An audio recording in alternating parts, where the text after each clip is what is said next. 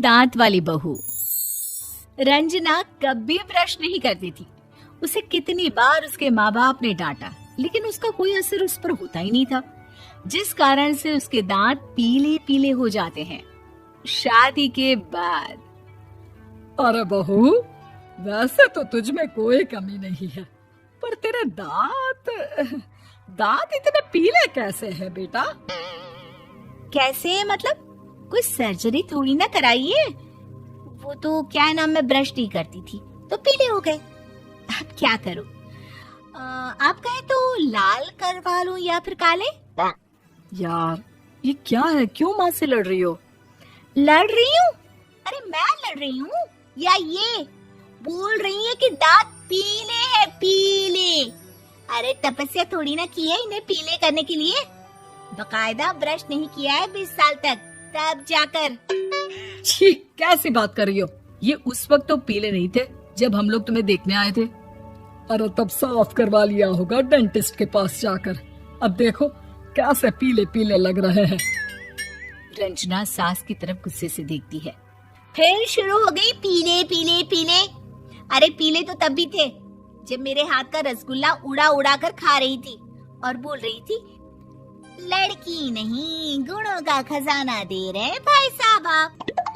खैर, अब वो लोग करते भी तो क्या करते, पीले दांत वाली बहू पल्ले पड़ी थी तो झेलना तो था ही।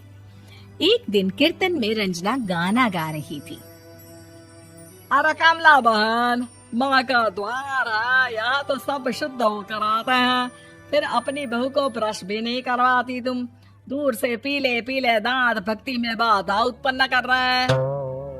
अरे कोई 2 साल के बच्चे थोड़ी ना लेकर आई हूँ मैं बहू बनाकर। अच्छी खासी लड़की है, अरे कैसे करवाऊं ब्रश? ये तो उसे खुद करना चाहिए ना। अब माँ बाप तो इसके जैसे तैसे निपटा दिए, ये नहीं सोचा कि सास कैसे संभालेगी। सास बहू को लेकर घर आ जाती है, लेकिन सोच लेती है कि अब इसे लेकर कहीं नहीं जाएगी। अगले रोज बहू कहती है, अरे क्या हो गया, मंदिर नहीं जाना क्या? कीर्तन का वक्त हो रहा है। मेरी मधुर वाणी से कान्हा जी जागते हैं और सोते हैं। आप तो जानती है ना उनकी भक्ति में कितना मन लगता है मेरा।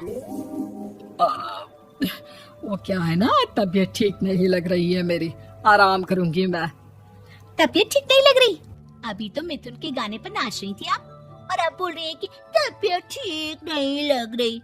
अरे भक्ति में मन लगा लो सासू माँ, ऊपर जाना है, क्या मुंह दिखाओगी आप? हाँ? सास को बहू की बात पर गुस्सा आ जाता है। मैं क्या मुंह दिखाऊंगी, इसकी चिंता तो ना कर, समझी? अपने मुंह की चिंता कर, जो ये पीले पीले दांत लेकर हर जगह पहुंच जाती है। पता है लोग कितना मजाक बनाते हैं। ना जी ना, मैं नहीं जाना कहीं तेरे साथ। तो ये बात है। कोई ना, मत जाओ, मैं अपने कमरे में ही बैठकर भक्ति कर लूंगी।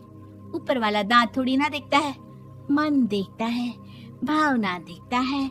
और अरे बस बस, तू सब कुछ दिखा, बस ये सफेद चमकदार दांत ना दिखाना किसी को, है? जा यहाँ से। बहू को सास की बात का कोई फर्क नहीं पड़ता, वो तो जैसी थी वैसी ही रह जाती है। सुबह नहाकर किचन में खाना बनाना, फिर खाना खाना, कीर्तन भजन करना और सो जाना।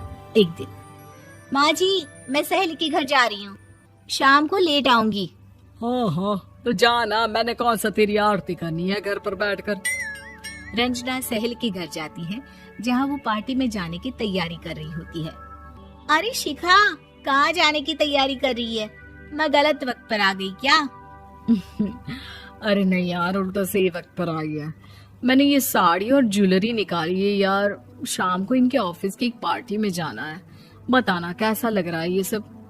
नहीं यार, इस ड्रेस के साथ तो वो वाली ज्वेलरी अच्छी लगेगी।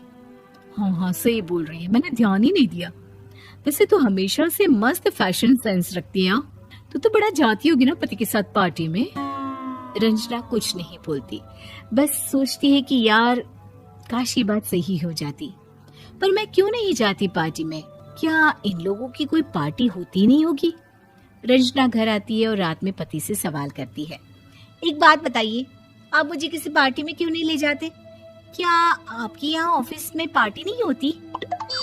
पति बेचारा क्या कहता कि दांत पीले हैं तुम्हारे इसलिए। अरे कोई पार्टी होती नहीं हम लोगों के ऑफिस में, तो कहाँ से लेकर जाऊं? और मार्केट, मॉल, कहीं वीकेंड घूमना, कहीं तो।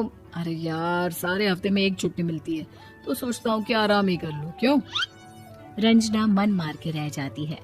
पहले कभी सास के साथ मंदिर जाया करती थी, लेकिन वो भी सास ने ले जाना बंद कर दिया। घर बैठी बैठी रंजना बोर हो जाती है। तभी उसे आइडिया आता है और वो मायके जाने का सोचती है। सासू माँ, 2 दिनों के लिए मम्मी के घर जा रही हूँ। अच्छा ठीक है, आराम से जा। और हाँ, माँ से कुछ अच्छी आदत सीख कर आना कि कैसे शरीर के हर भाग की तरह दांतों की सफाई भी जरूरी होती है, समझी? शुरू हो गई ना आप। वो लोग आपकी तरह नहीं है कि छोटी छोटी बात का बतंगड़ बना दे। उन लोगों के लिए मैं मायने रखती हूँ, ना कि मेरे पीले पीले दांत।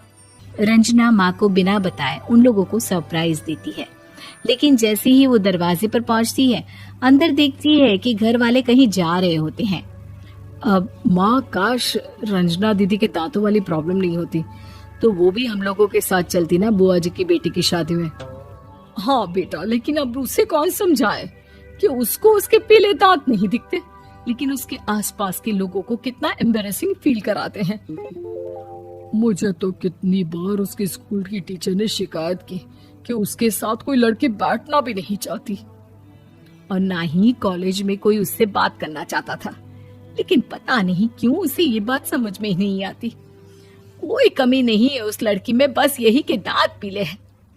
वो तो भला हो जीजा जी और उनकी माँ का, जो दीदी को जैसी है वैसे ही रखा हुआ है। रंजना को अपने घर वालों की बात सुनकर बहुत दुख होता है। वो सोचती है कि वो क्या करे, लेकिन फिर वो सीधा डेंटिस्ट के पास जाती है, अपने दांत चमकाती है और कसम खाती है कि वो रोज ब्रश करेगी। अरे क्या हो गया? तुम तो 2 दिनों के लिए गई थी ना, पर कोई ना, अच्छा है, चलो आ गई तो। रंजना सास के सामने आकर खड़ी हो जाती है और पूरी स्माइल करती है, उसके चमकदार दांतों को दिखाती हुई। हैं? चले मंदिर? माँ, मुझे माफ कर दीजिए, मैंने आप लोगों को बहुत एम्बैरेसिंग फील करवाया। मैं आज से रोज ब्रश करूंगी।